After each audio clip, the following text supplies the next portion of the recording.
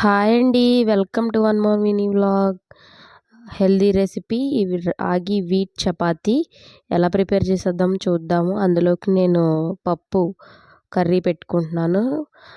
మనం రోజు కలుపుకునేలాగే చపాతీ గోధుమ పిండితో పాటు రాగి పిండి కూడా వేసుకోవడమే. దాన్ని చక్కగా మనం ప్రిపేర్ చేసేసుకొని ఒక 10 మినిట్స్ నానబెట్టుకుంటే చాలా ఫ్లఫీగా వస్తాయి చపాతీ అనేది.